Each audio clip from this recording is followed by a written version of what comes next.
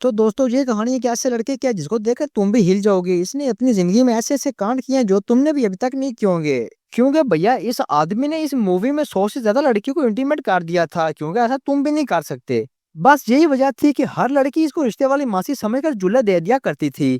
Movie start होते तो कुछ बच्चे बोतल वाली गेम खेल रहे थे जो कि हमने भी खेली थी, शायद आपने ये ना खेली हो। ये यहाँ पर बोतल घुमाते हैं, ये बोतल जिसके पे रुकती है ये वो उसके साथ में एक लड़के को लेकर रूम में चले जाते हैं। लेकिन ऐसी गेम भैया मैंने नहीं खेली थी, अगर मैं खेलता तो मजे आ जाते। तभी बोतल एक मोटे से लड़के पर रुक जाती है और वो अपनी 10 गुना पतली लड़की को बोलता है, आजा मेरा रानी, आजा 10 मिनट के लिए बस। वो दोनों कमरे में चले जाते हैं। इसके बाद में पप्पू की बारी आती है और उसकी तरफ बोतल एक काली जादूगरनी के ऊपर जाकर रुकती है। वो जादूगरनी इसको अपने साथ ले जाती है और कपड़े उतारने के लिए बोलती है, लेकिन हमारा पप्पू तो भैया इधर डर ही जाता है। लेकिन पप्पू मना कर देता है और बाहर बैठे मोटे लड़के को यही लगता है कि लो भी पप्पू की तो आज मौज है। तभी जादूगरनी पप्पू को लात मारकर बाहर गिरा देती है, जिसे देखकर सारे बच्चे डर जाते हैं और आते ही पप्पू को शराब दे देती है कि तुम जिसके साथ भी पलंग तोड़ोगे वो तुम्हें छोड़कर चली जाएगी। और इतना ही नहीं, वो जाते हुए पप्पू के बाल नोचती है और वहां से फरार हो जाती है, जिससे पप्पू को बहुत ही दुख होता है और जरा बहुत तकलीफ में रहता है। अब अगले सीन में हम पप्पू और जप्पू को देखते हैं जो कि बड़े हो गए थे और जप्पू वही था जो कि मजे ले रहा था। अब ये अपने क्लिनिक में जाते हैं क्योंकि ये दांतों के डॉक्टर बन चुके थे, यानी कि डेंटिस्ट बन चुके थे। तभी पप्पू और जप्पू एक शादी में जाते हैं, वहां पर दुल्हन इसको थैंक यू बोलती है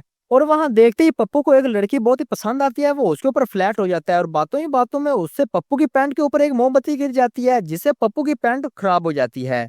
अब अगले सीन में पप्पू अपने क्लिनिक में जाता है, लेकिन वहां तो भैया लड़कियों का भंडार लगा हुआ था। वो बहुत ही हैरान होता है और अपने घर में चला जाता है और घर में भी वो देखता है कि लड़कियों का भंडार है, क्या मस्त मजे हैं भाई। अगले सीन में हम कैम को देखते हैं। कैम वही लड़की थी जिसने पप्पू की पैंट के ऊपर मोमबत्ती गिरा दी थी। ये इधर पेंगुइन को खाना खिलाने का काम करती थी। तभी एक पेंगुइन इसकी टांगों में आकर लगती है और इसको नीचे गिरा देती है, जिससे इसका दांत टूट जाता है। और यहाँ पर पप्पू लड़की के साथ में मजे ले रहा होता है और वो लड़की से कहती है कि तुम जिसके साथ भी इंटीमेट होते हैं उसकी शादी हो जाती है। और दरअसल ये वही सीन था कि इसे जो लड़की शादी की रात में थैंक यू बोल रही थी, इसे भी पप्पू भेज चुका था, जिसकी वजह से इस लड़की की शादी हो गई थी और इसी वजह से पप्पू के क्लिनिक में मौज लगी हुई थी। वाह क्या मजे हैं भाई। और इसके बाद कैम पप्पू को कॉल मिलाती है और उसको बोलती है कि मेरा एक दांत टूट गया है, क्या तुम उसको अच्छे से सही कर दोगे और बदले में मैं तुम्हें एक पपी दे दूंगी। और इस पपी के लालच में पप्पू उसको अपने क्लिनिक में बुलवा लेता है और उसका फ्री इलाज कर भी देता है।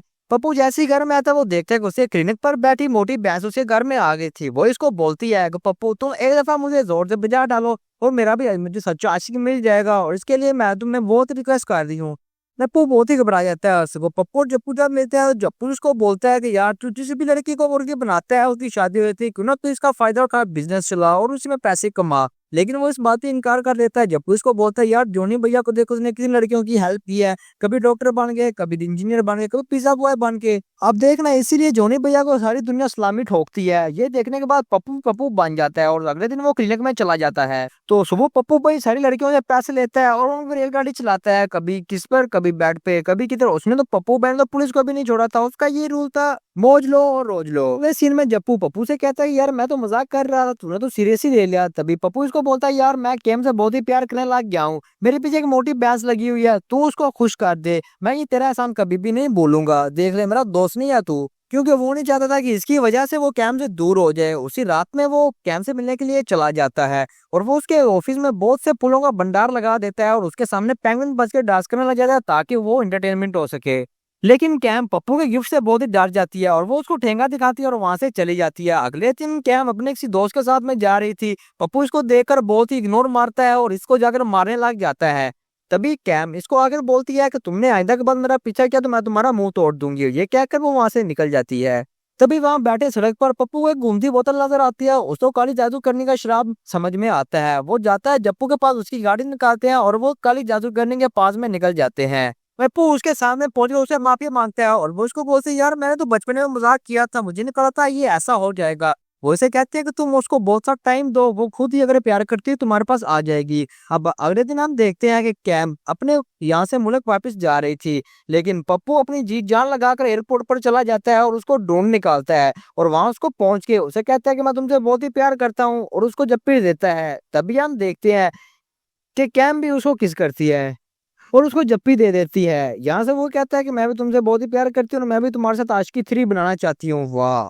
और वही काली जादूगरनी अपने साथ में से एक डॉल को निकालती है और उसमें से स्पिन को निकाल देती है। मतलब उसने वो पप्पू को दिया शराब वापस ले लिया था। अब ये पेंगुइन के साथ में बहुत इंजॉय करते हैं।